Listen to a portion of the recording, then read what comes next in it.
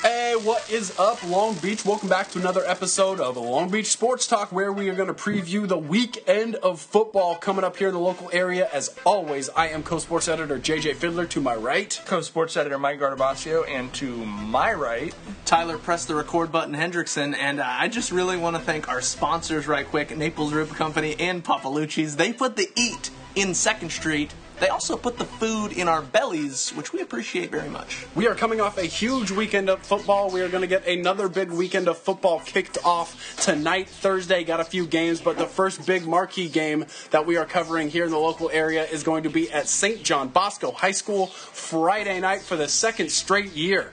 The Braves are hosting the Monarchs of Mater Dei. We're going to bring in our Braves beat writer extraordinaire, Chris Trevino, to talk about this game. Chris, you came in here to Long Beach after the game at Bosco last year, but let me tell you, it got pretty live in there, and I think we're going to be able to anticipate the same thing this season. For those of you curious, and I know we were very curious when we saw the schedule, that for 2 straight years Mater Dei has to come to St. John Bosco. This is a schedule realignment.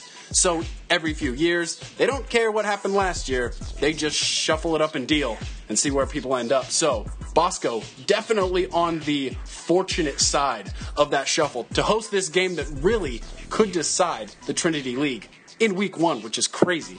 It's like getting your dessert first. Get your big game out of the way. Yeah, I'm excited about this. This will be my first taste of Mater Dei Bosco, a growing rivalry within this league, so I'm very excited. They're very excited. I mean, some of the coaches were saying that this game feels a little bit bigger than Bishop Gorman just because it is the league. It starts the kickoff, to getting back to state, making the playoffs, and such, and Gorman was just, when you boil it down, just a preseason game.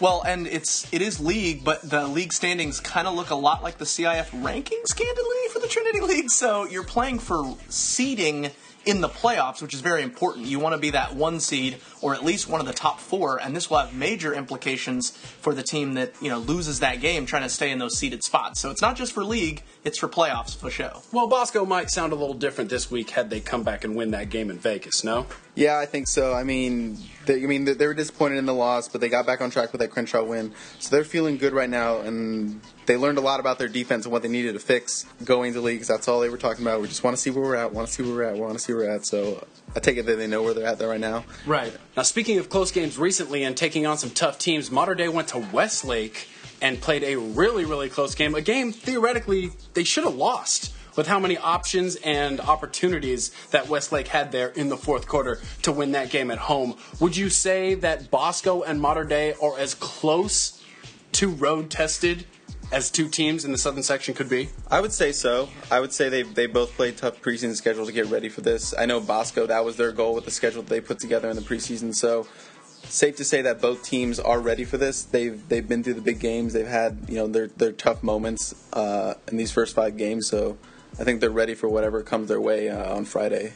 And I think we will find out what type of team Mater Dei is. We obviously don't cover them, but we see them every year because we cover teams in the playoffs. Without question. Yes, so it'll be a litmus test for them, because they have the impressive win over Corona Centennial in week 1 at Mission Viejo. But then, like you said, JJ, they probably should have lost that Westlake game. They tried to give it away. Oh, they tried their darndest. Yes, and they were able to snatch victory from the jaws of wanting defeat or whatever. Yeah, they laid that game on the carpet for somebody else to pick up, and nobody did. And they just could not kick their way into the victory. The Warriors could not. So, a 33-yard field goal would have been the difference. But so now we'll really see what Mater Dei is about and whether they deserve one of those seeded spots. And for Bosco, how much have they dropped down from last year's national championship team? Well, you look at paper and scores and totals and all that stuff, and we talked so much about the Bosco defense rebuilding from last year and how good that Bosco defense was last year. Would you say that Mater Dei has improved where Bosco may have fallen back a little bit if you compared these 2 teams to the 2 teams that went to Angel Stadium at the end of last year? Definitely, we all know because that defense for Bosco is still very young and growing, and Mater Dei's defense has just been outstanding. I was talking to Coach Johnson, offensive coordinator. He was just super impressed with Mater Dei's defense. He called them just as good as Gorman, perhaps even better. Wow. He thinks all 3 of their defensive linemen are Division I players. My boy McMorris is just a beast in there, dude. So it's going to come down basically to Bosco's offense being able to match up with that defense because Mater Dei's offense is not as good as Bosco's, and Bosco's defense is not as good as Mater Dei, so that's going to be the big battle right there. Offense versus defense for the Braves and the Monarchs. Yeah, right there in the trenches. Now, last year we saw the Braves stumble a little bit in both games out the gate against Mater Dei. I specifically mean the game at St. John Bosco, where Mater Dei actually did take a lead, but it seems like it's the same situation this year. They just don't have the defense to keep those games low scoring for as long. They trailed at home to a team from Oregon. They trailed at Gorman, obviously very big. If that does happen again, where they trail to the Monarchs, because that defense can't keep their opponent with the offense until the offense really gets going, does this offense still have enough firepower to outscore a Mater Dei team that's not scoring few points this year? I mean, they're not scoring a lot, but they're also not winning games 21-19 or anything. Mm-hmm. Yeah, their offense is definitely getting it done. But I asked Coach Johnson about that. In the big games this season, your offense has gotten slow starts against Central Catholic. We saw them only score 7 points in the first half. Gorman, just 3 points. What I go back to is that every time the offense did eventually get going, like in that Central Catholic game, they ended up blowing them out against Gorman.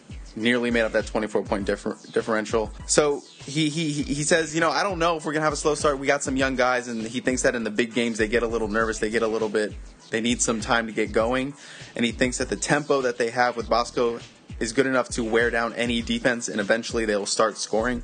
But, he really just hopes that they don't start slow again against a great defense like this in a big league game. I don't really know. We could see Bosco come out and just score like their first 3 possessions and be like that. Or they could have another stutter start and get slow and score only, a couple scores by the halftime. It's interesting. If you have an offense that's been getting off to slow starts and you win the toss, what do you think is the best strategy?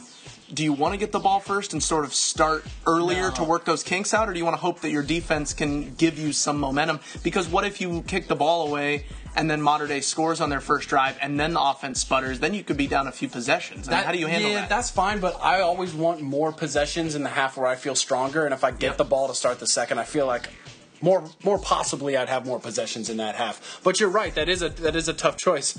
Of course, Mater Dei will be calling the coin toss on Friday night as they did last year. Chris, give us somebody else to watch other than big number 33 on the defensive line. I would say Ben Humphreys over there for the Monarchs. I mean, Johnson was just raving about him. He's their guy. He's their leader. He makes everything go there on the defense. So he's going to be all over the field. They like to move him all around. So Rosen and company definitely have to watch out for him out there. And if you had to take a prediction of the subject of your lead for this article, that will be in the paper on Sunday because it is a late start on Friday, so you can check out the highlight video from that game on Saturday. But if you had to predict your lead, what do you think it would be? Not who's going to win, not what the score is going to be, but what the main story of the night is. I think it would be that Bosco just continues to have the Monarchs number. I mean, I do see the Bosco winning. Definitely playing at home is a big help. But I think that offense will just eventually start to break down that Monarch defense. And I think they won 4 straight against Mater Dei, so I think they'll make it 5-0. So I think something along those lines that Bosco is, kind of the bully of the Trinity League now, taking it away from the Monarchs and just the program to beat right now. More League. Oh, you weren't expecting that one, were you? Nope. That's old school, baby. That's old school sports night for you. Let's talk about Long Beach's league, the Moore League, as Pauly travels to Jordan, Cabrillo travels to Milliken, and Lakewood travels to Compton. Which one of those games do you think we should talk about first, JJ? Honestly, I think Cabrillo Milliken is going to be an absolute barn burner, just like it was last year. Right, Tyler? Yeah, that was a very entertaining game to watch. Cabrillo seemingly outplaying Milliken in that game, but the Rams, thanks to some onside kicks and some kid named Donald Gordon, I believe? Donald Gordon. Yes, it was Donald Gordon who really helped take that game over and, a big coming out party in that win. So the Jags want revenge after losing that game at home. Cabrillo responded to be second place in the Moore League, but these are two teams that are looking like potential playoff teams along with Lakewood, so huge playoff implications in this matchup. Cabrillo ran the ball really effectively last week. It's what Milliken wants to do, though they've kind of struggled the last few weeks. They've struggled to get untracked, struggled against Compton, struggled against Downey in that loss at home. How will they be able to bounce back and get their offense working, and can Cabrillo continue to run the ball the way they did with Michael Levet III and Rico Martin against Jordan last week? Speaking of Martin and Gordon, they are the top 2 features of the Gazette newspaper this week on the sports section. Check that out, as you guys said in those features, and as I think everybody's saying, the running back with the better line is probably going to be on the winning team that night. The matchup definitely comes down to that for me, and I think that Gordon, I'm excited to see him. He had several big runs called back in that Milliken-Compton game that would have been long touchdowns on holding plays and stuff. So I'm excited to see him against kind of a better opponent than they've faced, obviously, through most of the non-league schedule. Do you think Cabrillo's better than Downey? I wouldn't necessarily say that. It's just hard to compare across divisions, of course. We see a lot of times, like we did with Norwalk and Cabrillo last year, where Norwalk for their division was like so head and shoulders above everyone else, and then Cabrillo's not capable of winning a playoff game in the Pac-5, but they're still neck and neck, so kind of hard to compare there. But I would say that I think Gordon certainly you'd say would be the best player in the game, committed to Colorado last week, and very, very talented running back who's given us some big highlights. So I'm very excited to see how that goes too. That's the game I'm at. Probably the only game we would expect that would really be competitive with Lakewood Compton and Poly going to Jordan. One note about that Jordan game, though, if you're going, get there a little bit early, something that we're really glad they're doing. At 6:45, they're going to do a brief little mention of Brad Davidson, who was a Jordan graduate who worked at Jordan and then went on to be an administrator at Poly.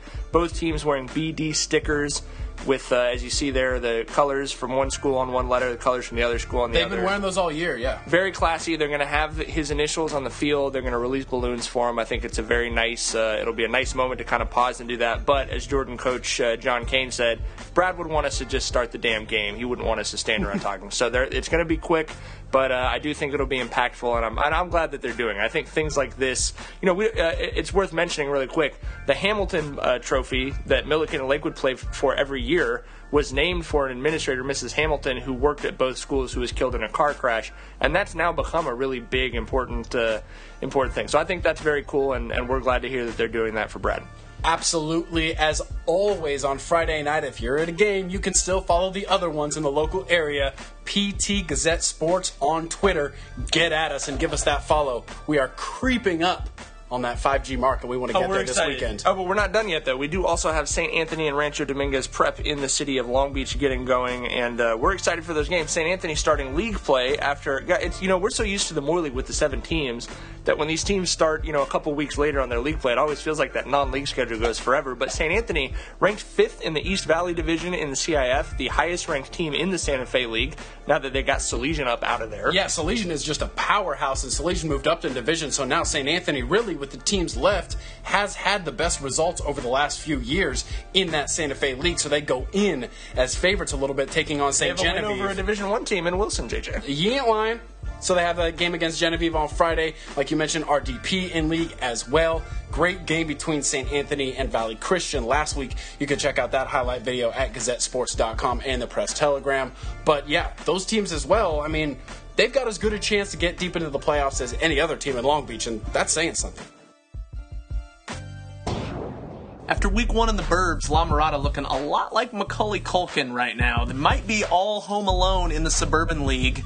The big challenger, the defending champion Norwalk Lancers, we haven't seen them go up against a big challenge in league yet. They obviously were very good last season, great last season, lost a lot though, and they have not been as dominant in the preseason as they were a season ago. So a lot of question marks around the Lancers.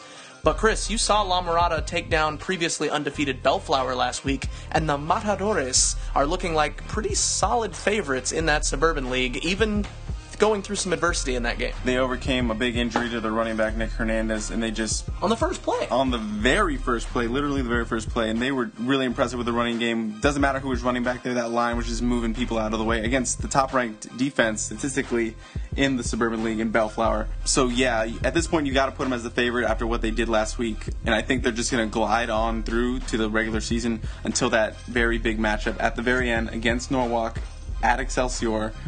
So the pressure is on Norwalk to get to there undefeated as well, because they're sitting at 2-0 right now. They do have the bye week, but they have to get through some games, namely Bellflower.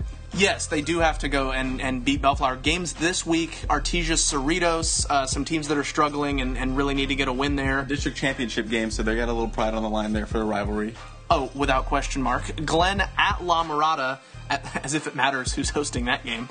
But could be tough. I mean, you expect the Matadores to put up some numbers there. And Bellflower at Mayfair, the Bucks wanting to bounce back. And a Mayfair team that's ready to play spoiler. They did it a little bit last year, and they were definitely tough for Norwalk. So Bellflower cannot just assume they've got a bounce back win. Kind of a trap game in reverse after a big game rather than before a big game. Yari about it. So that's week 3 for the Suburban League play. San Gabriel Valley is going to get started this week in what should be an exciting week for those 3 league champions, all trying to get that 4-peat with Downey, Dominguez, and Paramount. You got Warren, who's won 3 straight, hosting Gar. You got Downey going to Linwood, who's our second undefeated team. And then you got the big game, JJ, which I think you're very excited about, Dominguez Paramount. Yeah, Dominguez Paramount was a barn burner in P-Mount last year, so they're going to go to borderline Compton High and hit that Paramount Dominguez game on the other side. And really, I'm so excited for this one because it was great last year, but also because these two teams have great playmakers on defense. You're talking about Munchie. You're talking about that entire linebacking core at Dominguez who are back from last year. And that defense for Dominguez, really the unsung heroes of their season. So everybody talks about the stable of running backs being so good, taking them deep into the playoffs and then eventually losing to Norwalk on the last drive. But that defense was the difference in those early playoff games because they were just on it. And I think they're better this year. So you've got Dominguez with an improved defense at home with the better running backs. I don't know, maybe Dominguez is the favorite. And then you think, oh, wait a second. Paramount has done nothing but play close games against teams in their own division. Obviously, they struggled against Los Al, but they've also shown real heart and grit on the road this year. So I think this is a toss-up. I feel like this is a coin flip. And Paramount does have trouble with the Dons, and because everyone beats everyone else in this. What is it? Paramount always loses Dominguez. Dominguez always loses to Downey, and Downey always beats Paramount. Something like that. And just everyone's beating everybody. But you really love those running backs, don't you there, JJ, that trio? Do you think, and you see Paramount's defensive line, I'm really impressed with them with that Joseph Williams and Jacob on those big 6'4" ends. Do you think they have what it takes to slow them down? Well, here's the deal. Those guys are so good at charging upfield and getting into the backfield. We saw them disrupt the Wilson running attack, which is very similar to some other running attacks that they saw last year, whereas this Dominguez running attack is completely different. We all know that. They're in the shotgun. They're kind of running the spread, but they're also running the wing T. It's very confusing, a lot of movement in the backfield. So I think that in and of itself doesn't fit what Paramount does defensively. Paramount wants to play that game around the outside, make you run around them, and then use their speed and their athleticism. I mentioned a Munchie. Guy like that at safety is so valuable in this game because if you push that running attack in between the sideline and the hash marks, that's where Paramount will win this game. If you see Henry and Ford busting runs up the middle in those C gaps, those B gaps, it could be a long night for the Pirates. Follow all the coverage for the Suburban League and the San Gabriel Valley League on Twitter. You can follow me or you can follow us at the Press Telegram. That's it. That's all. There ain't no more. Another episode of Long Beach Sports Talk in the books. We were just talking about football on Friday. Obviously, we've got football on Saturday with LBCC. We've got some on Thursday. We've also got a day of volleyball on Saturday to cover as well. So there's going to be plenty of stuff for you to see in the papers, on the websites, all Long Beach Sports, all the time. For everybody involved there and with this show, for Mike, for Tyler, for Chris, for JJ. I've got 99 problems, and all of them are the fact that you refer to yourself in the third person in the outro of these shows. Everybody else in Long Beach and involved with everything we do, thank you. We will see you in the stands this weekend.